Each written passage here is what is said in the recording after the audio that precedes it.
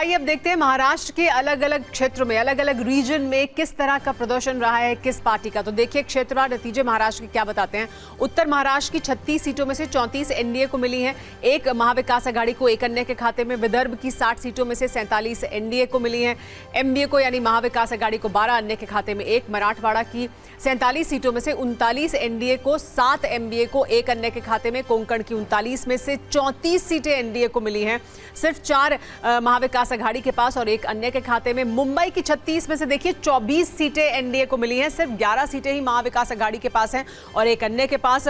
वहीं पश्चिम महाराष्ट्र की अगर बात करें जो बीजेपी का गढ़ है, वहां पर 52 सीटें मिली हैं एनडीए को और एमडीए को 12 सीटें और अन्य के खाते में 6। तो इस तरह से जो तस्वीर है वो उभरी है 288 सीटों की।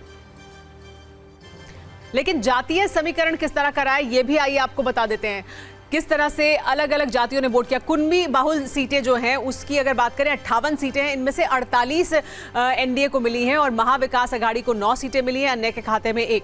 कुनबी के बाद अगली जो श्रेणी है वो आपको आइए दिखाते हैं और उनका भी आंकड़ा दिखाते हैं कि किस तरह से वोट हुआ है। लेकिन कुनबी बाहुल सीटें 58, जहां पर 48 सीटें मिल गई हैं बीजेपी को, एनडीए को।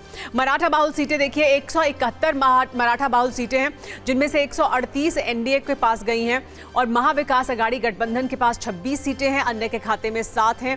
तो ये भी मराठा बाहुल सीटें भी सभी बीजेपी के पक्ष में, एनडीए के पक्ष में, यानी बीजेपी और उसके सहयोगियों के पक्ष में जाता हुआ साफ तौर पर दिखाई दे रहा है महाराष्ट्र की मराठा बाहुल सीट भी।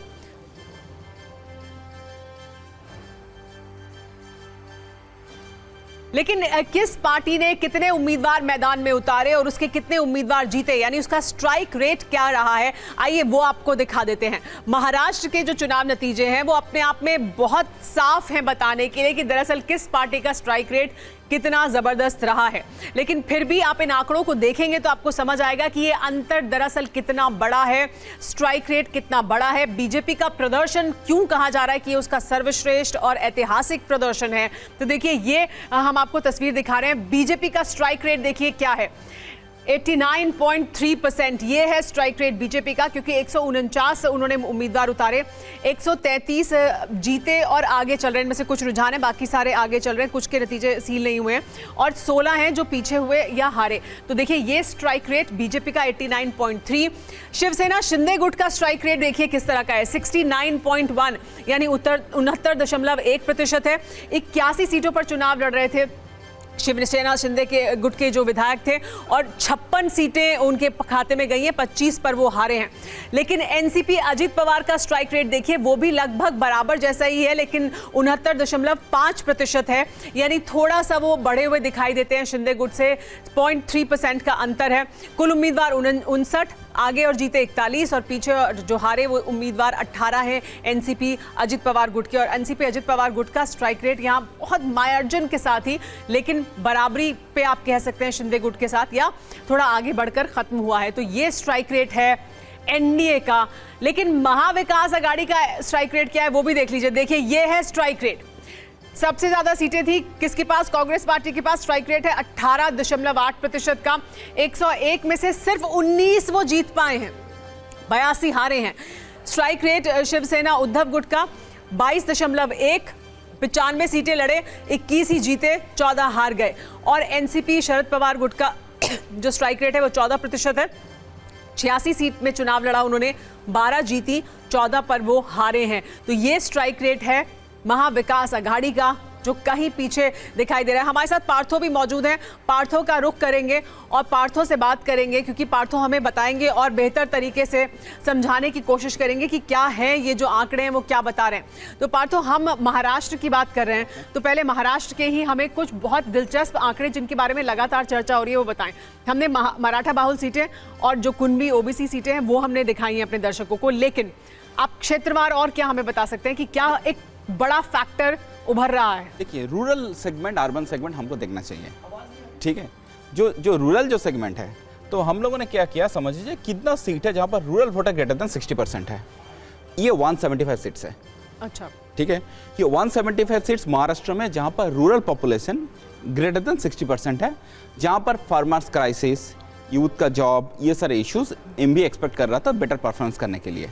अभी अगर हम लोगों ने अलायंस वाला अगर पिक्चर देख लेंगे, ये देखिए, ये एक्चुअली ये पिक्चर देखिए पहले, ये पूरा भगवा है, इसमें कहीं कुछ और नहीं दिखाई देता है, बस कुछ पॉकेट्स में आप देखेंगे अगर टच करें, ये सोलापुर एक बेल्ट है, इधर थोड़ा सा आया है, और ये देखेंगे आपका अब ये वार्धा वगैरह इस साइड का, मेहकर बुल्धाना साइड का, ये 3-4 सीट एक है, विदर्भ की कुछ 1-2 सीटें, 1-2 सीटें है। तो सीट टैली अगर ओवरऑल नंबर कर लेंगे 175 में अगर आप देखेंगे तो सीट टैली में देखेंगे एनडीए को 146, जी हाँ, और एमवीए को 25।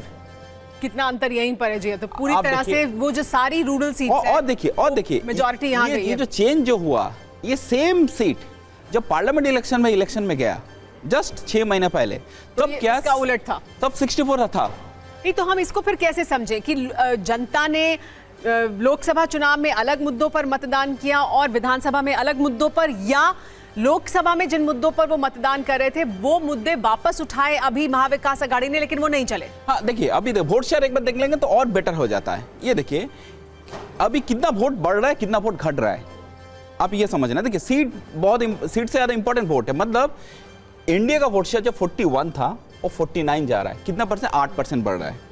और इधर क्या हो रहा है, एमवीए का वोट शेयर जो 45 था वो 35 घट रहा है।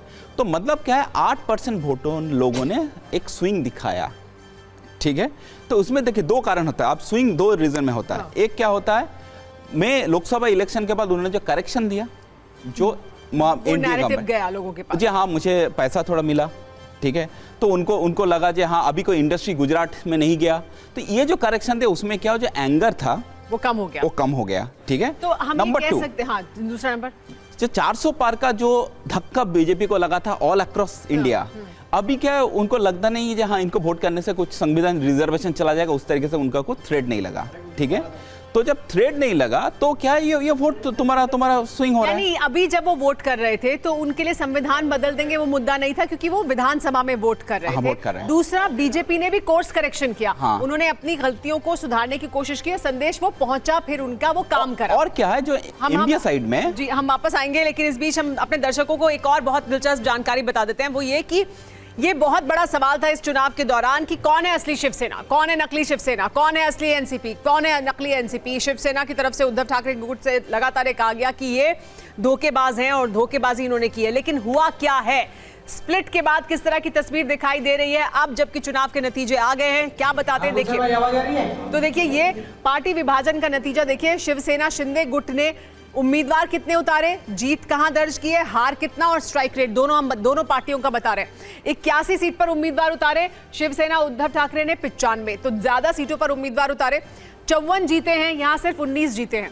27 हारे हैं, यहां 76 हारे हैं। स्ट्राइक रेट 66.1 यानी 66.7% है और इनका स्ट्राइक रेट है 20%। तो पूरी तरह से उद्धव ठाकरे गुट का सफाया हुआ है और शिवसेना शिंदे गुट बहुत ही धाक के साथ वापस सत्ता में आए हैं, जिस तरह का उनका स्ट्राइक रेट रहा है। लेकिन देखिए एनसीपी में क्या हुआ है, क्या इसी को माना जाएगा, ये जनता ने अपना मैंडेट दे दिया है, कौन है असली एनसीपी, कौन है नकली एनसीपी, क्योंकि इसी मुद्दे को बनाया जा रहा था। शरद पवार खुद हर जगह चुनाव प्रचार में कह रहे थे कि देखिए किस तरह से ये पूरा मामला हुआ है। शरद पवार ने इस मुद्दे को पर्सनल पारिवारिक मुद्दे से आगे बढ़ाकर पार्टी के अस्तित्व का मुद्दा बनाया था और देखिए क्या हुआ है यहाँ पर। उम्मीदवार कितने दोनों पार्टियों ने उतारे, 86 उम्मीदवार उतारे थे शरद पवार की पार्टी ने, 59 उम्मीदवार एनसीपी अजित पवार ने, 38 पर जीत उन्होंने दर्ज की है, यहां सिर्फ 13 पर जीत दर्ज की है। 21 हारे हैं उनके, तो 73 हार गए हैं शरद पवार गुट के। स्ट्राइक रेट है 15.1% और इनका 64.4% स्ट्राइक रेट है। पार्थो, ये जो तस्वीर है, क्या हम कह सकते हैं कि अब जनता ने पूरी तरह से सील कर दिया है कौन है असली शिवसेना, कौन है नकली शिवसेना? नहीं देखिए, लोगों ने क्या किया, गवर्नमेंट का फेवर में वोट किया। अभी वो अलायंस में था तो उनको ज्यादा सीट मिलेगा, ठीक है, वो तो बहुत क्लियर है, ठीक है। और क्या, तो इससे क्या होगा, ये नंबर अच्छा हो रहा है उनका, ओवरऑल स्ट्राइक रेट 80%। तो इसे हम क्या ऐसे समझ सकते हैं कि बीजेपी का वोट शेयर पूरी तरह से ट्रांसफर हुआ है, मतलब आपस में ट्रांसफर हुए हैं उनके वोट, यानी अजीत पवार का वोट और बीजेपी का वोट मिलकर उनको इतनी जीत दिला रहा है। देखिए ये बहुत सिंपल है, इतना बड़ा जब मैंडेट आ रहा है तो बहुत सिंपल है। लोगों ने क्या बोल रहा है, जो एग्जिस्टिंग लोगों ने जो सरकार चला रहा है उससे काम में खुश हुआ, उसको चाह रहा है रिपीट करे, ठीक है, तो उन्होंने क्या किया, ऐसे एमएलए को जिताने के लिए वो जो इशू जो रेज करने का फिर तो शिंदे के लिए वोट किया क्या? हाँ डेफिनेटली, देखिए वो क्या है, एज ए ग्रुप आप समझ लीजिए, उनको लग रहा है कि ये अच्छा काम करे और वापस उनके लिए। लेकिन जिस तरह की आंधी है, इसमें लगता है कि बहुत ज्यादा बड़ा समर्थन था, सिर्फ सरकार का काम या वो लाडली बहना योजना या वेलफेयर स्कीम्स, वो भी क्या है, हम वापस आएंगे इस पर और चर्चा करेंगे।